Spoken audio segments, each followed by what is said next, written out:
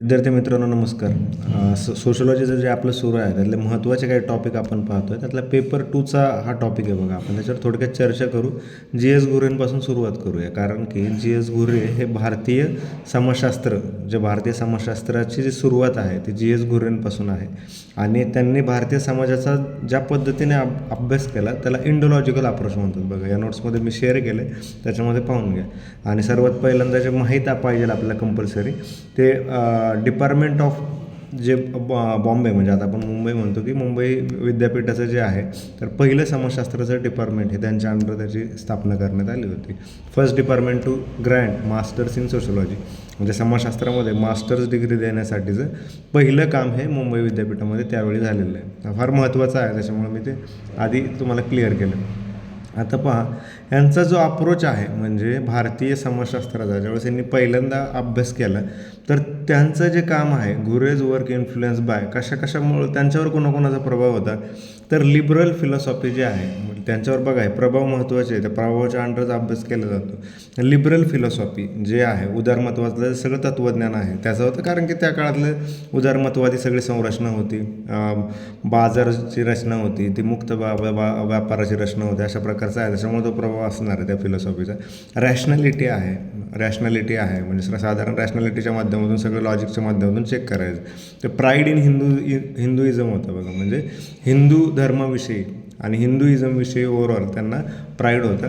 आणि spirit of nationalism जे त्या काळातलं फीचरच होतं की नॅशनलिझमचं स्पिरिट आहे. हे साधारण या सगळ्या गोष्टींचा जी एस घुरे यांच्या जे सगळं त्यांनी काम केलं त्याच्यावर परिणाम होता.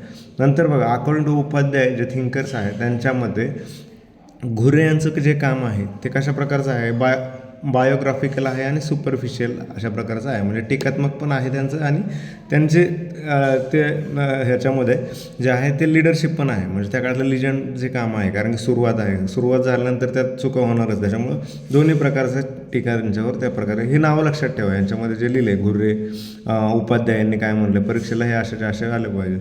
घुरे interested in evolution of culture in Indian civilisation and in general Hindu civilisation. म्हणजे घुरेंचा इंटरेस्ट कशामध्ये होतं बघा, की इव्हॅल्युशन कसं झालं, कल्चर नेमकं कसं झालं, की भारतीय Indian civilisation and in general, म्हणजे इंडियन सिव्हिलायझेशनमध्ये त्यांचं जास्त भर कशावर होता, की हिंदू सिव्हिलायझेशनचं सगळं इव्हॅल्युशन कसं झालं सुरुवातीपासून, म्हणजे वेदांपासून ते सगळं.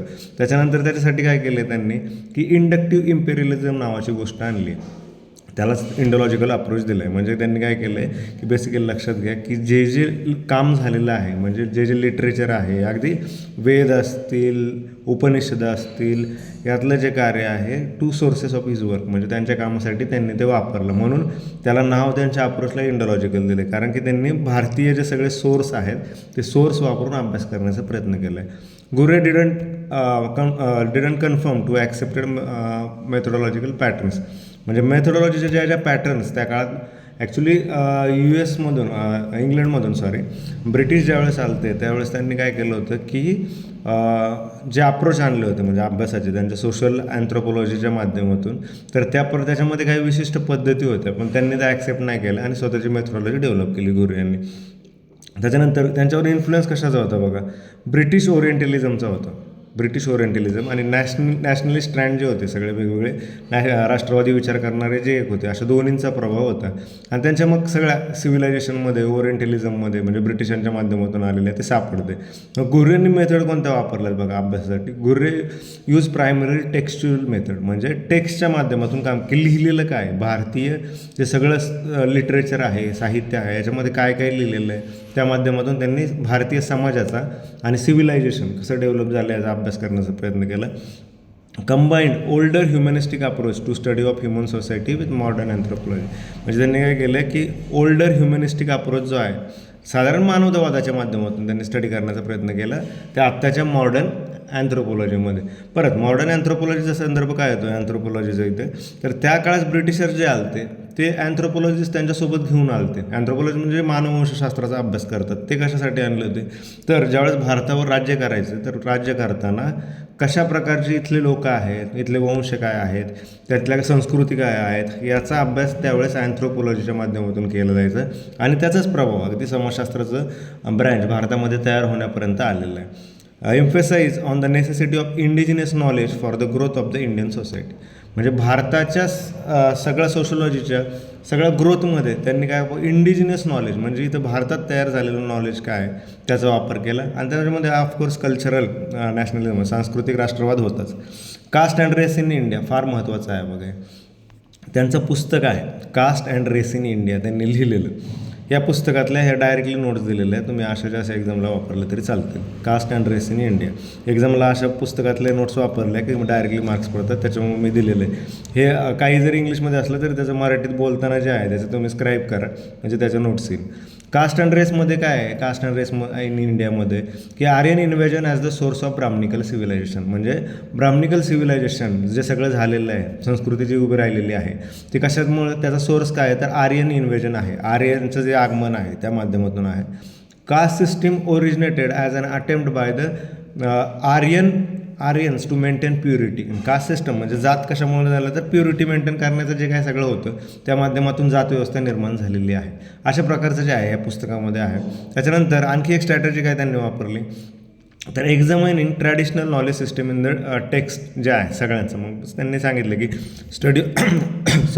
Study of examines practices of gotra and charana जे आहे म्हणजे गोत्राचा सगळा प्रॅक्टिस कशासाठी केली जात होती तर प्युरिटी मेंटेन करण्यासाठी. अशा प्रकारचं त्यांनी त्यांच्या स्टडीसाठी अभ्यास केला. यूज आणि बाकीचं त्यांनी त्याच्यामध्ये वापरलं बघा. आणखी एक महत्त्वाचं काय फार महत्त्वाचं आहे द शेड्यूल्ड ट्राईब्स जे आहे the scheduled tribes of the India. त्यांनी भारतीय जे ट्राईब्स आहेत जे सगळे आपण जंगलामध्ये राहणारे जे सगळे आहे त्यांच्याविषयी त्यांनी अभ्यास केला त्या ट्राईबविषयी. And seen clearly in his work the attack on the policy and protectionism of tribes in India. Tribes seen as imperfectly integrated members of the Hindu society. फार महत्त्वाचं आहे एक्झामला येतं की त्यांच्या मते ज्या ट्राईब्स आहेत त्या हिंदू संस्कृतीचाच भाग आहेत आणि त्या परफेक्टली इंटिग्रेट न झाल्यामुळे त्यांचं आयसोलेशन झालेलं आहे ते वेगळे पडलेलं आहे. अशा प्रकारचं त्यांचं म्हणणं होतं. त्याच्यानंतर प्रोटेक्शनिस्ट पॉलिसी जे आहे टू डिवाइड अँड रूल म्हणजे प्रोटेक्शनिस्ट पॉलिसी की त्यांना वेगळं करा त्यांची संस्कृती जपा.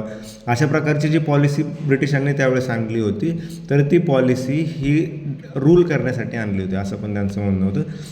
Tribes as a backward Hindus असं त्यांनी म्हटलेलं आहे. म्हणजे ओव्हरऑल ट्राईब्सविषयी जी एस घुरे यांचं काय म्हणणं होतं तर त्या हिंदू कल्चरच्या इम्परफेक्टली इंटिग्रेट असलेल्या आणि त्यामुळे आयसोलेट झालेल्या आहेत आणि त्यांना सेपरेट करण्यासाठी म्हणजे त्यांना वेगळं करण्यासाठी जे केलेलं आहे ते कशासाठी केलेलं आहे तर रूल करण्यासाठी केलेलं असं त्यांचं म्हणणं होतं.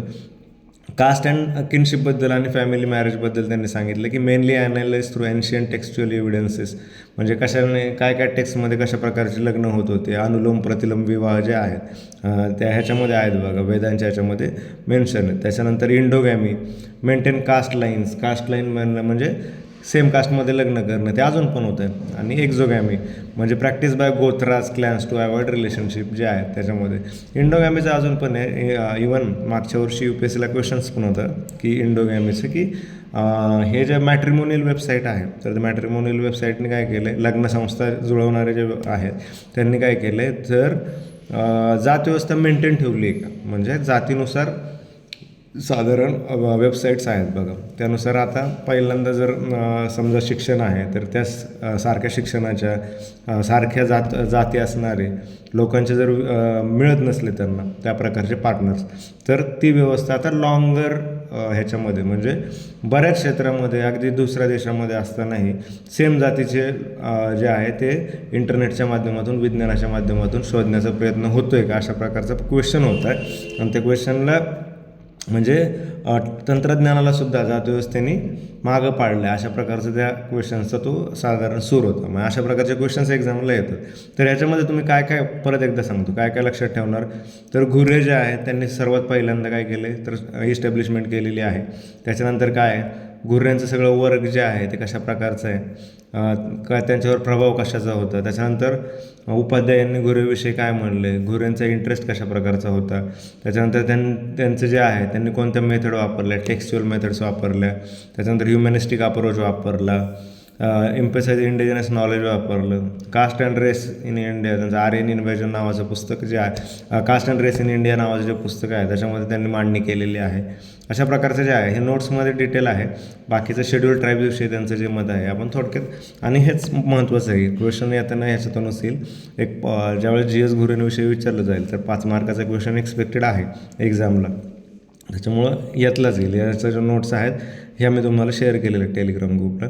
आणि हा व्हिडिओ जो आहे तो व्हिडिओ यूट्यूबला अपलोड होईल बघा. आणि यामध्ये आपल्या टेस्ट सिरीज चालू आहे, टेस्ट सिरीजचं ॲडमिशन चालू आहे. टेस्ट सिरीज प्रत्येक शनिवारी टेस्ट होतात आणि त्याचे पेपर इव्हॅल्युएट करून त्याचं डिस्कशन होतं बा. बाकीचे लेक्चर्स तुम्हाला मिळत जातील, व्हिडिओ लेक्चर्स जे आहे. आणि आणखी काय त्या संदर्भात माहिती असेल तर तुम्ही संपर्क करू शकता. Thank you for the joining.